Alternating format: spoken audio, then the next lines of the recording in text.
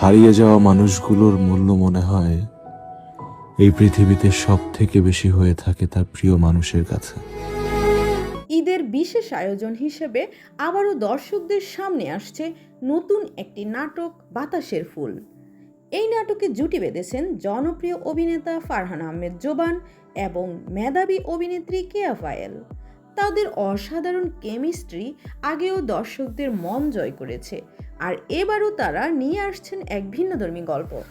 নাটক বাতাসের ফুল দেখা যাবে আবেগ, রহস্য আর ভালোবাসায় ভরা একটি গল্প। গল্পের কেন্দ্রবিন্দুতে রয়েছে দুইটি চরিত্র, যাদের জীবনে হঠাৎ করে ঘটে যায় অদ্ভুত কিছু ঘটনা। এই নাটকের সবচেয়ে চমকপ্রদ বিষয় হলো এখানে কেয়া পায়েলকে পাগলি বেশে দেখা যাবে, যা তার আগের যে কোনো চরিত্রের থেকে একেবারেই আলাদা।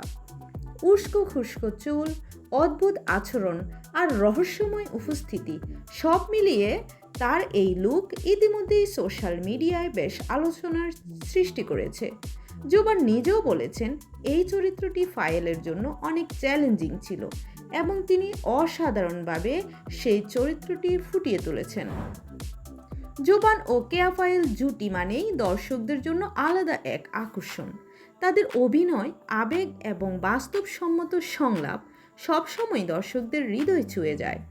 আর এবার যখন নাটকে কেয়া পায়েলকে একেবারে ভিন্ন এক পাগলি চরিত্রে দেখা যাবে, তাই স্বাভাবিকভাবেই নাটকটি নিয়ে দর্শকদের কৌতূহল আরও বেড়ে গেছে।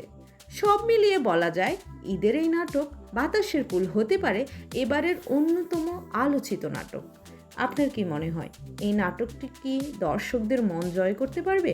কমেন্ট করে আপনার মতামত জানাবেন। ভিডিওটি ভালো লাগলে লাইক দিন, শেয়ার করুন আর আমাদের চ্যানেলটি সাবস্ক্রাইব করতে ভুলবেন না।